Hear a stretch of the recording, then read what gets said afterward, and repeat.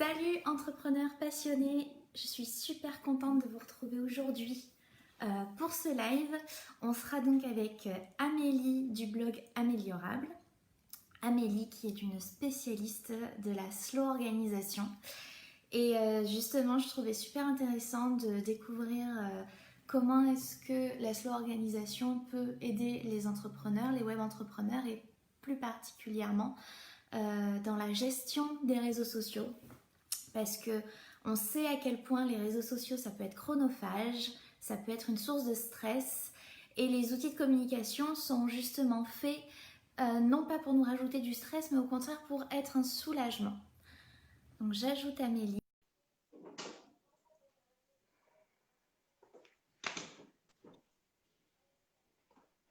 Salut. Salut! Merci d'être là Amélie, comment ça va? Ben, ça va bien, c'est vendredi, ça va bien. Ouais. Alors, écoute, j'étais en train un petit peu d'introduire le sujet d'aujourd'hui. Est-ce que tu peux te présenter pour les entrepreneurs qui regardent et qui ne te connaissent peut-être pas? Alors, bah, moi, c'est Amélie Laurier et je suis ce que j'appelle nettoyeuse de to-do list. Ah, génial, C'est-à-dire que j'adore.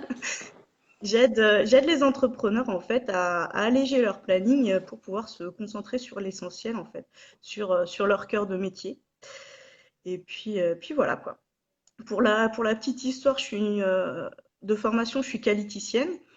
Donc les normes, les procédures, l'organisation, tout ça, je connais. Mhm. Par contre, personnellement, je suis une grosse bordélique et une grosse désorganisée. Autant au niveau du salariat, voilà, j'ai la théorie et tout ça, autant dans ma vie, j'ai utilisé beaucoup le minimalisme pour soigner mon bordélisme, en fait.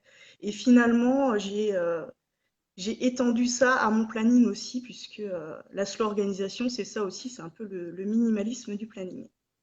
Super. Et du coup, comment ça t'est venu l'idée en quoi est-ce que la slow organisation, ça peut aider les entrepreneurs et en particulier les web entrepreneurs? Alors, ça peut aider sur plein de choses, en particulier parce que quand on est entrepreneur, enfin, quand on est solo entrepreneur surtout, évidemment, on est multicasquette, on est un peu sur tous les fronts, on doit tout gérer. Et au final, en particulier par exemple avec la com, les réseaux sociaux, on peut se retrouver à être un peu noyé dans tout ça et à être perdu en fait, à avoir plus forcément le temps pour son cœur de métier. Et il y a un truc qui me fait toujours rire, c'est que quand on entreprend, c'est aussi pour être libre, pour devenir son propre patron, être libre de ses horaires, etc. Et souvent, en fait, on devient son propre bourreau, en fait. On est très exigeant envers nous-mêmes.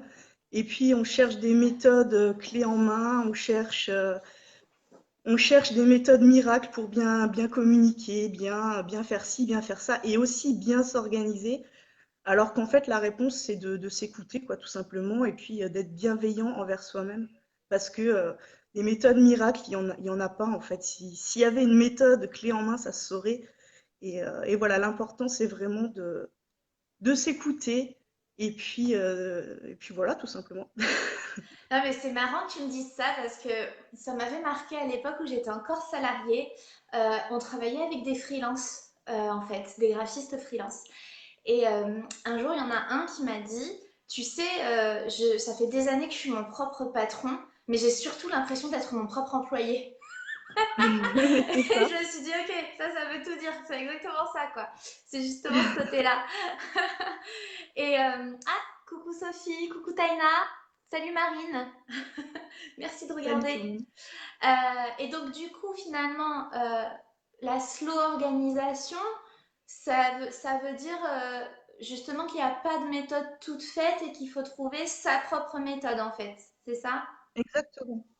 Exactement. Et surtout, il faut savoir jouer évidemment avec nos talents, avec ce qu'on sait faire, ce qu'on aime bien faire, etc.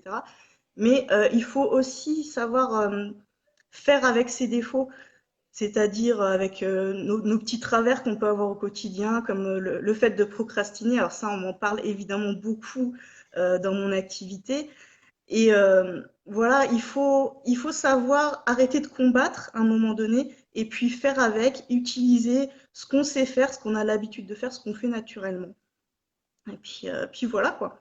et ne pas culpabiliser surtout. Ne pas culpabiliser d'être à contre-courant et de pas forcément faire comme tout le monde.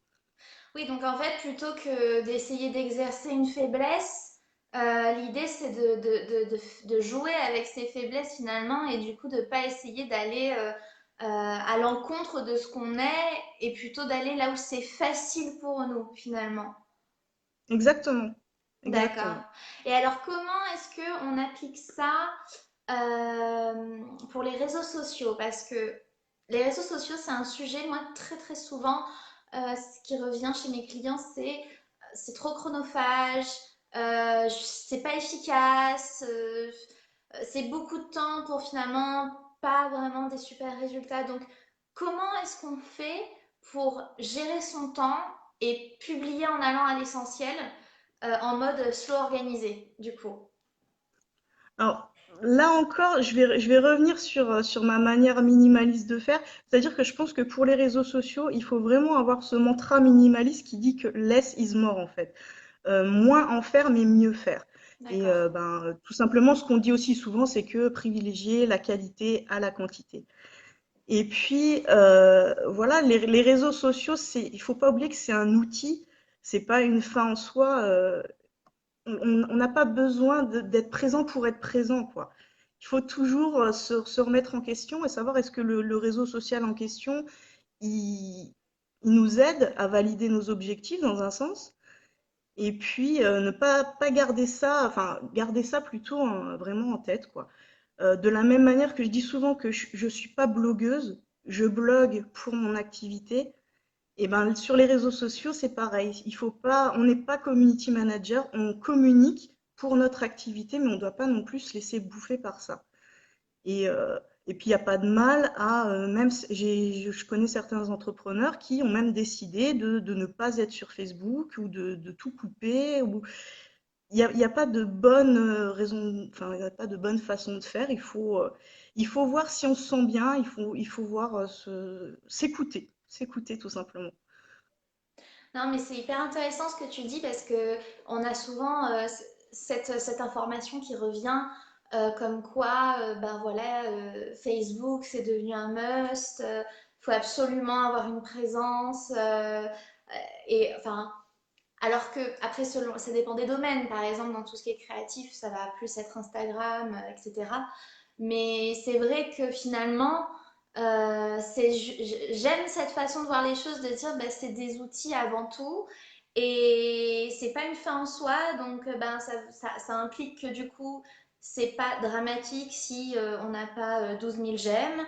C'est pas dramatique si on publie pas pendant une semaine. Voilà, c'est une question de stratégie, mais une stratégie qui part en fait de soi, de son projet. Et c'est pas quelque chose qu'il faut voir comme une obligation, quelque chose qu'il faut absolument. Parce que c'est vrai que de toute façon, entre notre corps de métier et nos outils de communication, bah, c'est quand même le corps de métier qui est à faire passer en priorité, quoi. Qui est C'est ça? à valoriser, que ce soit en termes de planning, en termes d'énergie. Et après, selon ce qu'on veut créer, là, on va choisir les outils, que ce soit réseaux sociaux ou pas, hein, parce que ça peut être aussi communication papier. Moi, c'est vrai que ce que je dis souvent à mes clients, c'est vous n'êtes pas obligé d'être sur les réseaux sociaux, vous n'êtes même pas obligé d'être sur Internet, mais par contre, gardez l'esprit ouvert. Voilà, C'est ça. c'est de se dire, faut pas se fermer parce qu'on peut passer à côté d'outils qui sont absolument géniaux, mais il faut pas non plus se braquer complètement parce qu'on peut passer à côté d'outils qui peuvent être super efficaces. Et alors, comment est-ce qu'on fait? Parce qu'il y a quand même un truc qui revient souvent aussi, c'est les notifications. Alors, Mhm. que ce soit sur le téléphone, que ce soit par email, moi souvent j'ai des clients, ils me disent ah mon Dieu, tu m'as créé un compte sur Facebook, je suis noyée d'emails, je reçois plein d'emails, c'est quoi ces trucs? Et c'est vrai qu'on a souvent des sollicitations, que ce soit quelqu'un qui nous a mentionné, des commentaires, des j'aime, etc. Comment on fait justement pour pas se noyer à l'intérieur de tout ça? Eh ben, enfin, moi, ma clé, c'est de choisir le temps qu'on passe sur les réseaux, dans le sens où on peut très bien couper toutes les notifications. Les notifications dans chaque réseau social, elles peuvent être désactivées, il n'y a aucun souci avec ça. Et on n'est pas obligé d'y aller dès qu'on se fait siffler, quoi. C'est vraiment cette idée-là. On peut choisir dans sa journée des moments où on va justement créer du lien, on va aller répondre à nos commentaires, on va aller répondre aux questions qu'on nous a posées. Et le fait de choisir soi-même ce temps-là, ce temps qu'on consacre à ça, ça nous permet aussi de se libérer. Voilà, c'est reprendre le contrôle de son temps aussi. Et on peut très bien le faire. Alors c'est très facile à faire. Moi personnellement, j'ai une petite routine comme ça. C'est-à-dire que déjà, les réseaux sociaux, c'est jamais le matin, c'est jamais au démarrage en fait. Parce que évidemment, quand tu commences par ça, tu risques de te faire happer par autre chose, par ton fil d'actualité, etc. Et c'est vraiment pas ce que j'ai envie moi dans mon planning. Moi, j'ai forcément mes objectifs quotidiens, mes tâches à réaliser, etc. Donc, j'ai pas de temps à perdre, entre guillemets, sur les réseaux. Donc voilà, c'est plutôt en fin de matinée, en fin de soirée. euh, voilà. Mais c'est encore une fois, c'est moi qui choisis quand j'y vais. D'accord, ok. Mais c'est un peu comme quand on dit, voilà, les emails, c'est bien de les consulter 2 fois par jour à des heures fixes, mais pas plus, quoi. Pour pas, du coup, faire quelque chose de très improductif où en fait on va aller checker 150 fois dans la journée, ce qui finalement fait perdre énormément de temps, en fait. C'est ça. C'est exactement cet état d'esprit-là. Et puis, il y a aussi quelque chose que je préconise moi personnellement quand on me pose la question justement de ces notifications, puis de se sentir un peu coulé sous tout ça, c'est de bien choisir aussi les personnes que vous suivez. C'est-à-dire que même, alors dans ma liste d'amis, j'ai arrêté de suivre les gens déjà qui sont négatifs parce que moi je suis un peu une Mmh. éponge, donc les personnes qui ont tendance à publier voilà, des publications négatives et tout, ça m'intéresse pas. Donc même si évidemment ma tata, ma cousine, etc., ils restent dans ma liste d'amis, je suis pas forcée de suivre ce qu'ils postent. Et c'est la même chose dans tout ce qu'on suit, en fait, dans les pages qu'on peut suivre, dans les groupes qu'on peut suivre. Vraiment conserver ce qui nous apporte quelque chose concrètement et puis se libérer de tout le reste. Et rien qu'en faisant ça, on gagne beaucoup justement sur toutes ces notifications qu'on peut recevoir. Et oui, on peut faire le tri en fait quand on est ami avec quelqu'un ou quand on est abonné à quand on aime une page, il y a un onglet qui permet de se désabonner des actualités en fait. Donc c'est-à-dire que si on veut voir ce qui se passe pour cette personne, faut qu'on ait la démarche consciente de se dire je vais aller sur son profil pour voir qu'est-ce qui se passe dans sa vie en ce moment, mais on va pas être sollicité ni par le fil d'actualité, ni par les notifications, parce qu'on se sera désabonné en fait. Mais on apparaît toujours dans la liste d'amis. Tout à fait. Dans Ouais, la liste d'amis où on suit toujours, on peut suivre une page sans avoir chaque notification de publication. ouais. Ah ouais, Et, donc c'est. et si on ne veut pas arriver à cette extrémité-là, on peut faire des tests parce que sur Facebook, il y a depuis peu l'option se désabonner de la personne pendant 30 jours. Et puis ça se réabonne après automatiquement. Donc on peut tester, on peut voir si ça nous convient mieux comme ça. Non, mais c'est super parce que c'est vrai que moi je fais beaucoup ça, notamment avec Instagram. Mais j'ai fait aussi un gros nettoyage sur Facebook, c'est vrai. En fait, j'essaye vraiment de m'abonner qu'à des choses qui peuvent servir mon activité. En fait. Et du coup, quand je consulte mon fil d'actualité, c'est toujours avec un but précis. C'est par exemple, si je vais sur Instagram, c'est parce que je cherche des inspirations en développement personnel, ce genre de choses par exemple. Si je vais sur Facebook, c'est comme je suis abonnée à énormément de pages et de groupes qui sont en lien avec l'entrepreneuriat, mais du coup, ça me permet un peu de plonger dans la tête de mes clients, finalement. Parce que sur mon fil d'actualité, bah, ce qui apparaît, c'est des questionnements d'entrepreneurs, c'est des sujets en rapport avec la communication, etc.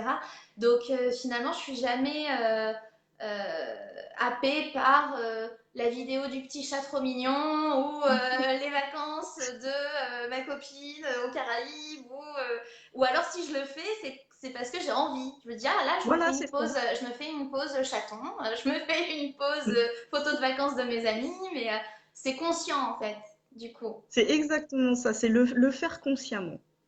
Et Ok. ne pas le faire parce qu'on est obligé de le faire parce que ça apparaît sur notre fil d'actu.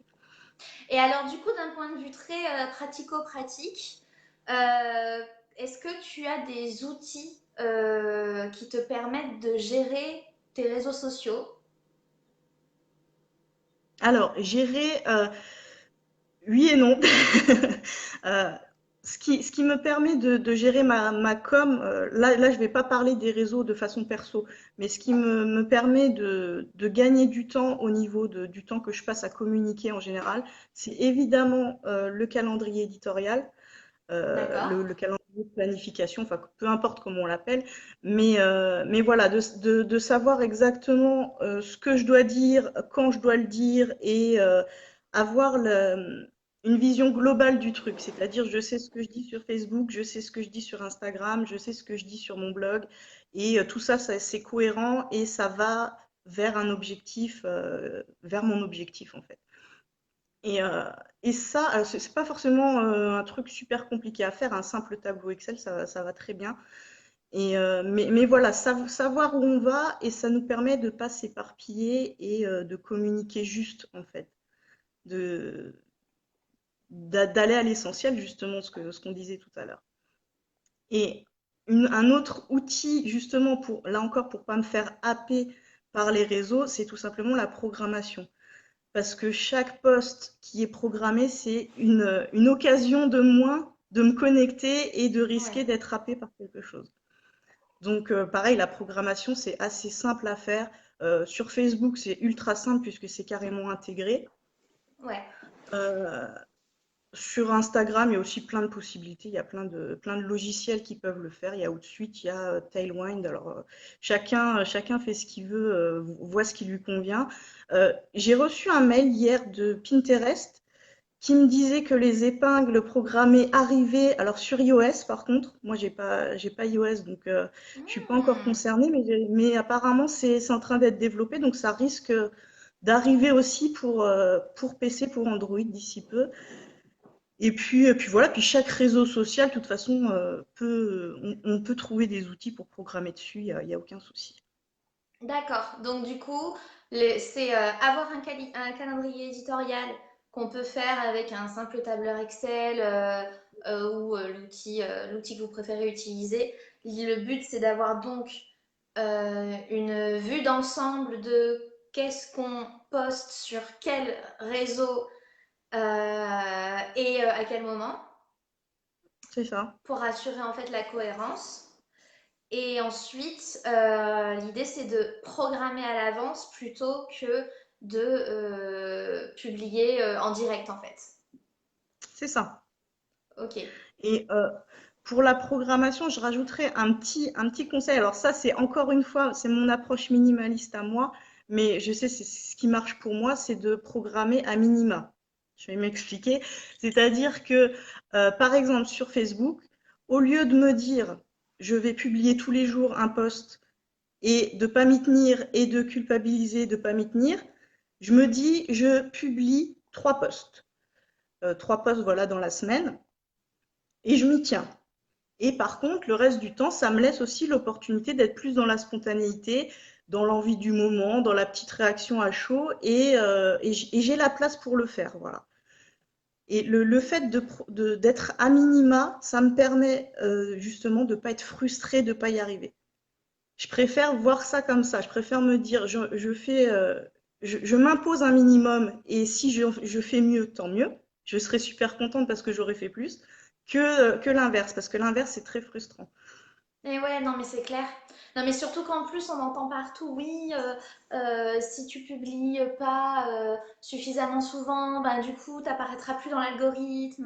Voilà, alors c'est des choses qui sont pas fausses en soi, mais il faut penser, je pense, hein, à ce qui est, et même je le vois au quotidien avec mes clients, faut toujours penser à ce qui est le plus efficace, euh, pas en théorie, mais dans les faits, en fait. Et Mm. comme tu dis, cette culpabilité de se dire oh là là, j'ai pas atteint mon objectif de publier un post par jour sur Facebook, par exemple, ben ça crée donc un sentiment de culpabilité, un sentiment d'échec même. Et il n'y a rien de plus improductif que ça, finalement. C'est ça. Parce que ça, le but, c'est de ne pas saper votre énergie quotidienne avec ces espèces de mini-échecs qu'on s'invente parce que si avec les réseaux sociaux, encore, ça irait. Mais non, il y a potentiellement le blog, potentiellement la newsletter, potentiellement tout un tas d'autres trucs, ça dépend de votre secteur d'activité. Et de jouer comme ça les bourreaux, comme tu disais, à se dire ah j'ai pas fait assez, j'ai pas fait assez, j'ai pas fait assez, bah à la fin il y a une perte de confiance en soi, il y a à la fin de la semaine on est déçu au lieu d'être satisfait et on sape comme ça une énergie qui devrait servir à notre corps de métier en fait. Mm, mm. Donc oui, bien sûr, il faut tenir compte des algorithmes. Il faut savoir que ça existe et comment ça fonctionne. Mais après, en termes d'efficacité, surtout quand on est tout seul, coucou Sabrina. En termes d'efficacité, surtout quand on est tout seul, faut revenir à un moment donné à une réalité du quotidien qui est ok.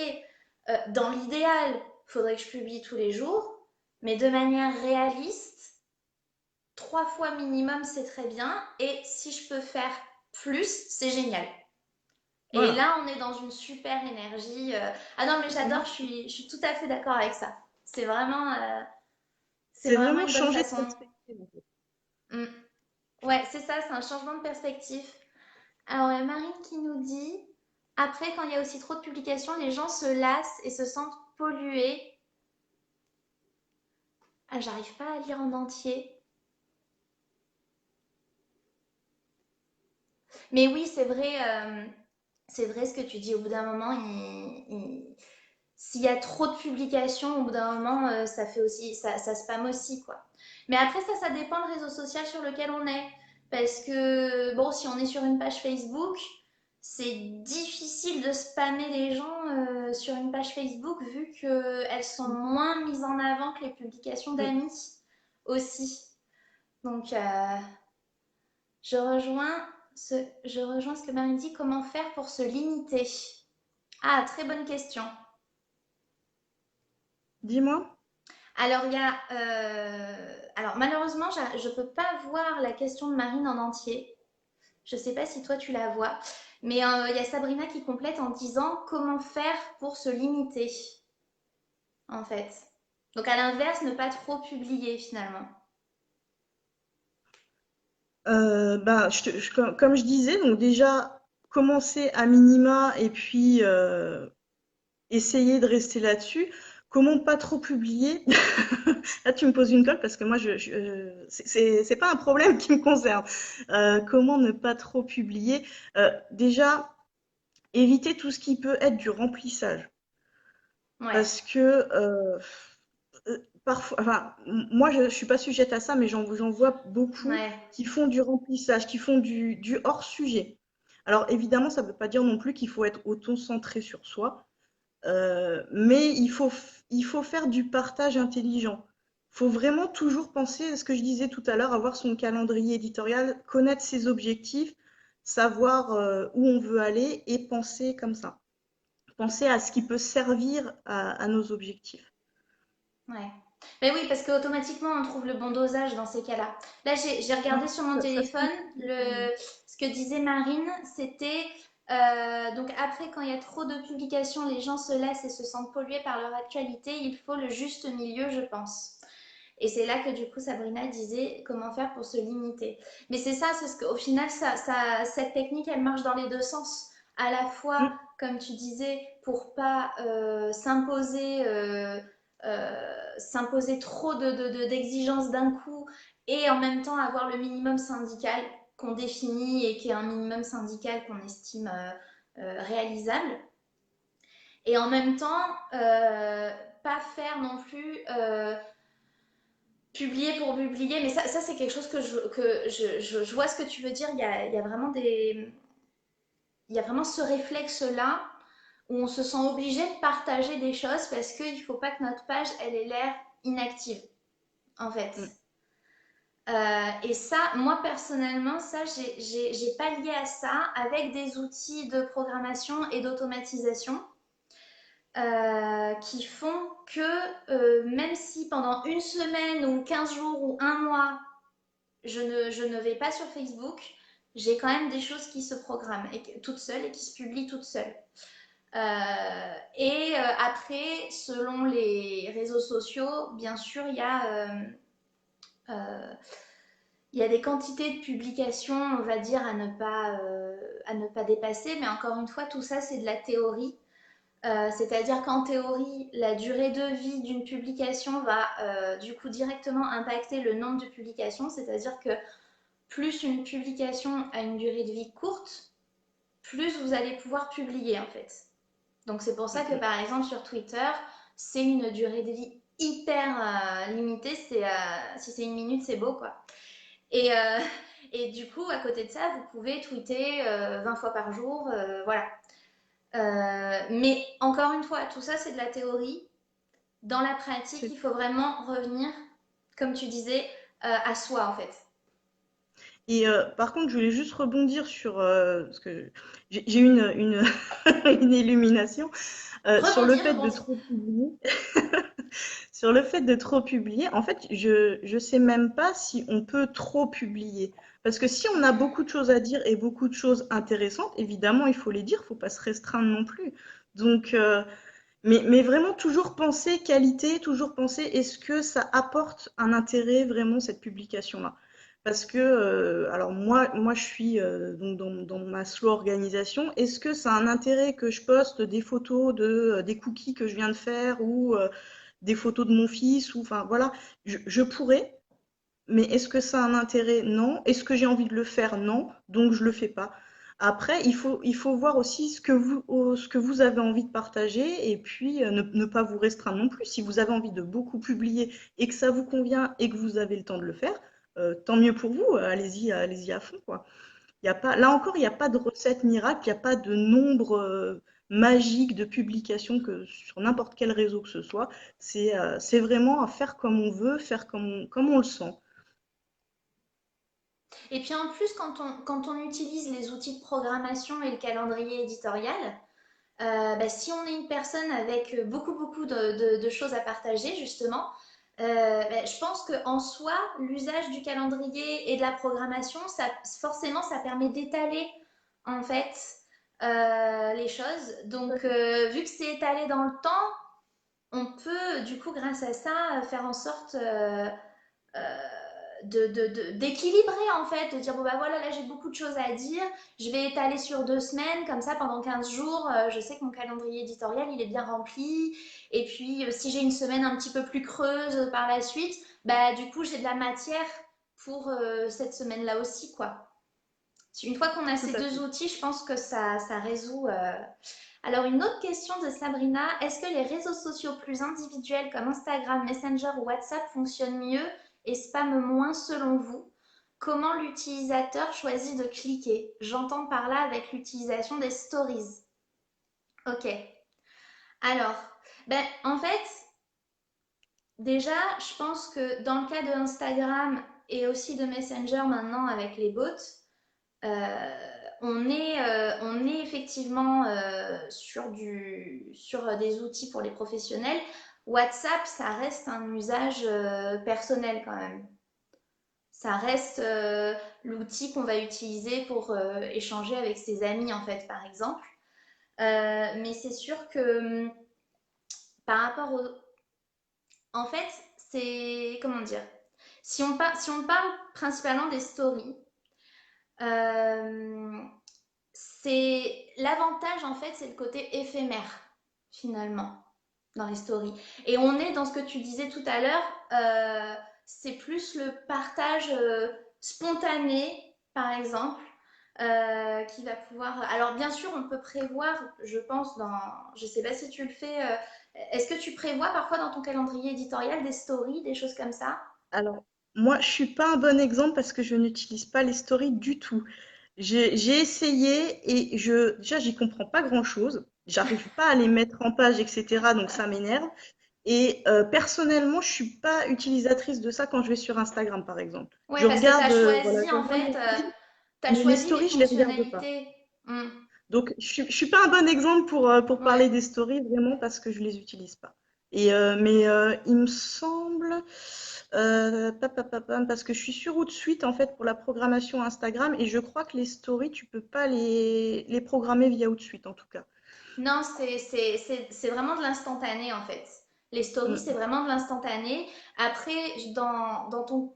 Après, c'est toujours pareil, c'est-à-dire que tu choisis les fonctionnalités, parce que dans un réseau social, maintenant, il y a une multiplicité de types de contenus. Et tu peux choisir en fait les fonctionnalités qui t'intéressent le plus dans cet outil. Et c'est vrai que dans le cas des stories, en fait, bien souvent, on est soit dans de l'événement. Voilà, donc par exemple, moi tout à l'heure, j'ai fait une story pour dire on allait avoir ce live, etc.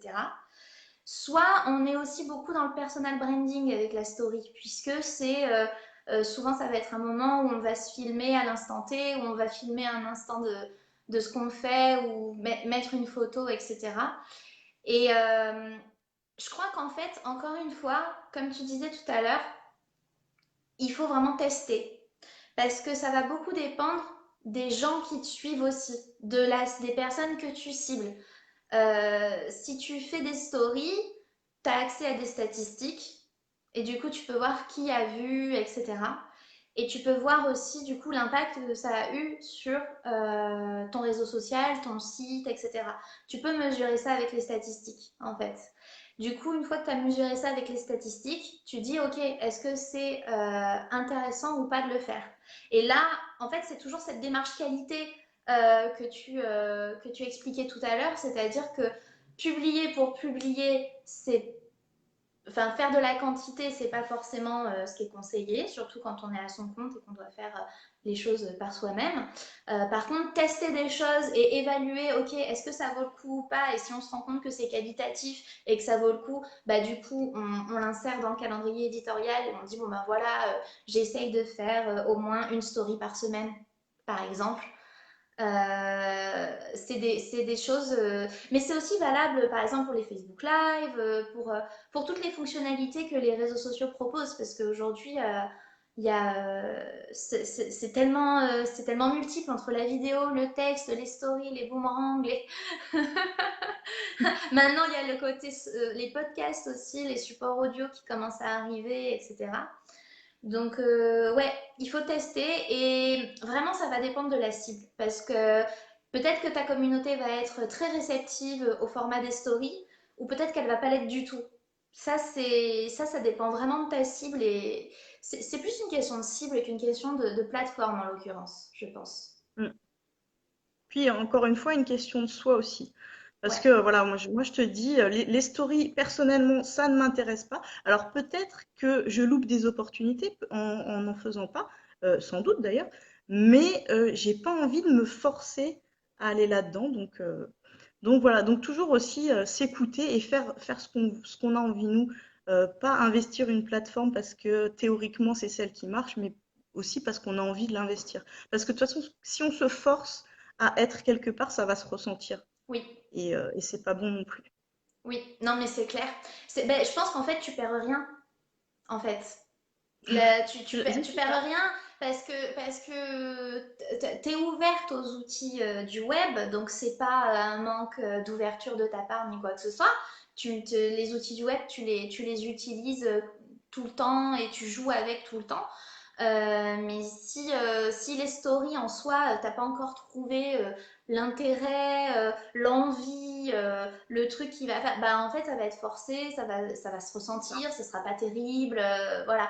Mais s'il faut, tant dans 15 jours, tu tombes sur la story de quelqu'un et tu te dis waouh, mais c'est une super idée, j'adore sa façon de présenter le truc. Et en fait, tu vas t'y mettre parce que tu auras eu voilà, un élan d'inspiration par rapport à cet outil-là.